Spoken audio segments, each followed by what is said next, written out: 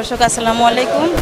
আমি এখন ঢাকার চকবাজার ওই অগ্নিদগ্ধ এলাকায় আছি। এখানে দেখা যাচ্ছে উদ্ধার অভিযান চলছে, ফায়ার সার্ভিসের গাড়ি আসছে, অনেক লোকজন আসছে, ফায়ার সার্ভিসের কর্মকর্তা কর্মচারী সবাই আসছে। উদ্ধার অভিযান চলছে। আসলে কী প্রকার উদ্ধার অভিযান চলছে আমরা তা জানার চেষ্টা করবো। স্যার আসসালামু আলাইকুম।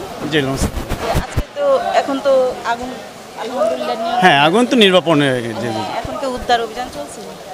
না, আপনারা জানেন যে গতকালকে যে আগুন লেগেছিল 10:38 সেটা আমরা কুইক রেসপন্স করেছি এবং 37টি ইউনিটের মাধ্যমে আমরা আগুন নিয়ন্ত্রণ এবং আজকে দুপুরের দিকে ডিজি মহোদয় এবং ডিরেক্টর স্যার এবং আমার ঊর্ধ্বতন কর্তৃপক্ষের উপস্থিতিতে কিন্তু আগুনটা নির্বাপন দেওয়া হয়েছে।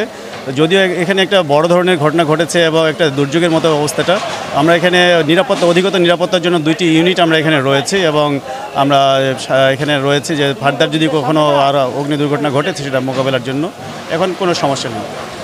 যে পর্যন্ত উদ্ধার অভিযান শেষ না হয় আপনারা শেষ পর্যন্ত থাকবেন আশা করি। উদ্ধার অভিযান শেষ হয়েছে, এখানে তো উদ্ধার কিছু না, যেটা লাইফ ড্যামেজ ছিল এখানে যে ডেব্রিসগুলো সরানো হচ্ছে সিটি কর্পোরেশনের পক্ষ থেকে। তো আমরা এখানে নিরাপত্তা নিশ্চিতের জন্য ফায়ার নিরাপত্তা নিশ্চিতের জন্য আমরা এখানে অবস্থান করছি, 2টা ইউনিট অবস্থান করছে এবং ডেব্রিসের কাজ সরানোর জন্য সিটি কর্পোরেশন এখানে কাজ করছে। আগুনের সূত্রপাতের মূল কারণটা নিশ্চয়ই আপনারা উপলব্ধি করতে পেরেছেন। এটা তো গতকাল থেকে মিডিয়ায় আমার ডিজি মহোদয় ডিরেক্টর অপারেশন মহোদয় সব নতুন কর্তৃপক্ষরা মিডিয়া বলেছে যে গাড়ির গ্যাস সিলিন্ডার থেকে আগুন লাগার সূত্রপাতিটা একটা সম্ভাব্য একটা কারণ বলা হচ্ছে। সঠিক কারণ এবং এর ক্ষয়ক্ষতি কীরকম হয়েছে এটা ইনভেস্টিগেশন ছাড়া আসলে বলা কঠিন। জি জি জি ধন্যবাদ। জি ধন্যবাদ।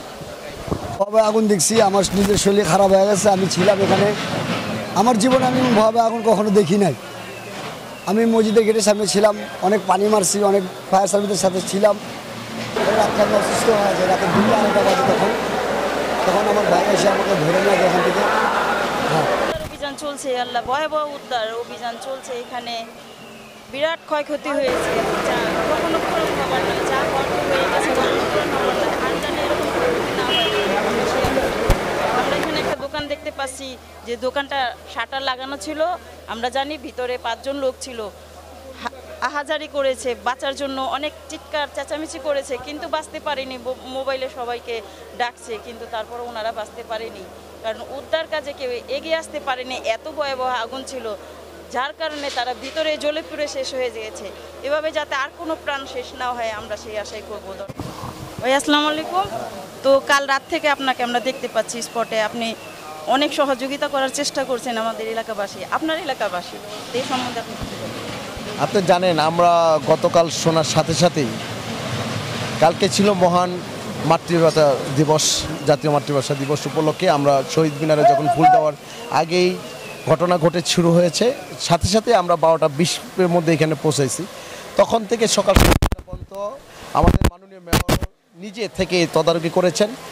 এটা একটা মর্মান্তিক দুর্ঘটনা, এই ঘটনার যাতে আমরা আর শিকার না হতে হয়। এই যে আজকে 70টার উপর মানুষ মারা গেল, তার পরিবার ধ্বংস হয়ে গেল, এই শুধুমাত্র অবৈধ কেমিক্যাল এবং এর কারণেই এত ভয়াবহ ঘটনা ঘটবে এটা কখনো ধারণ ছিল না। আমরা চাই পুরান ঢাকাবাসী, আমি একজন লোক হিসাবে, আর যাতে কোনো মার বুক খালি না হয়, আর যাতে কোনো বাবা সন্তান হারা না হয়, সন্তান বাবা হারা না হয়।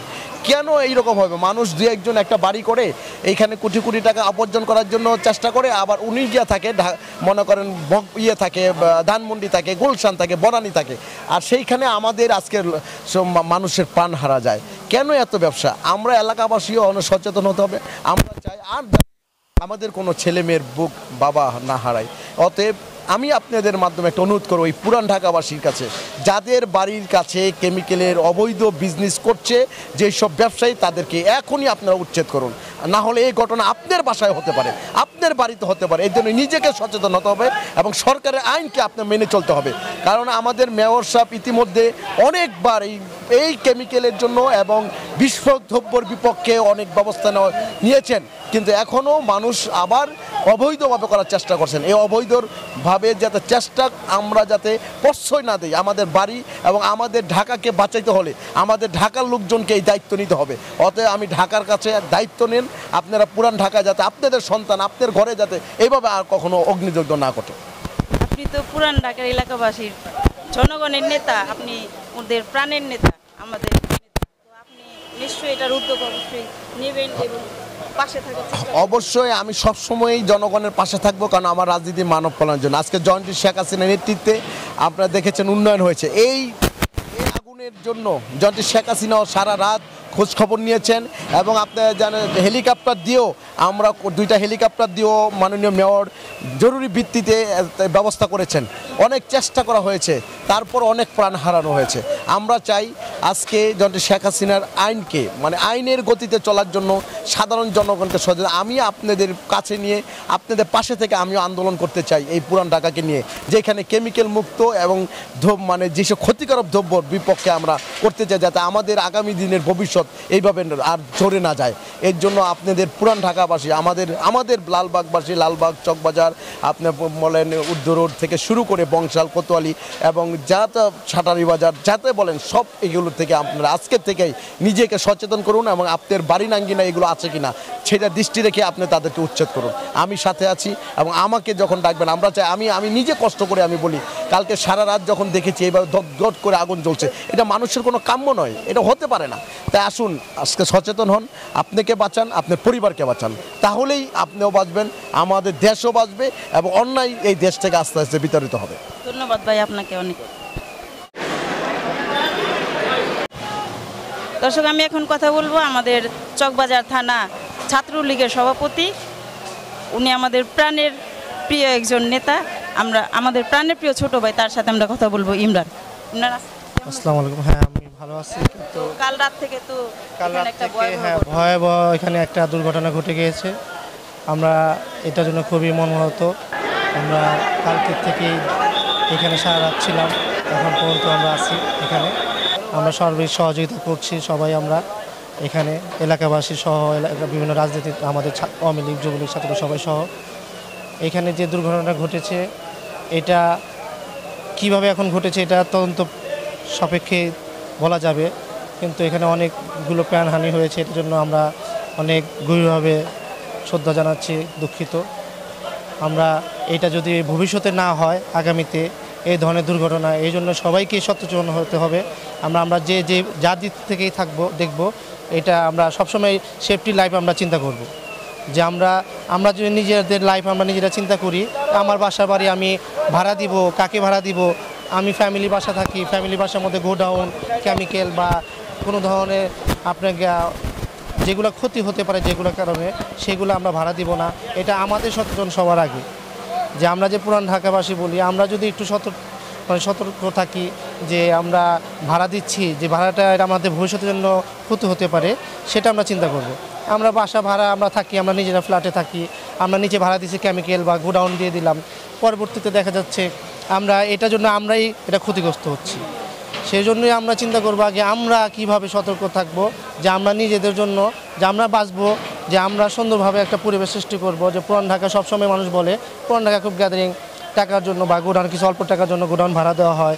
সেটা যদি আমরা সতর্ক থাকি যে না, লাইফের চেয়ে বড় কিছু না, মানুষ বাঁচবে, শান্তির মতো বাঁচতে চায়।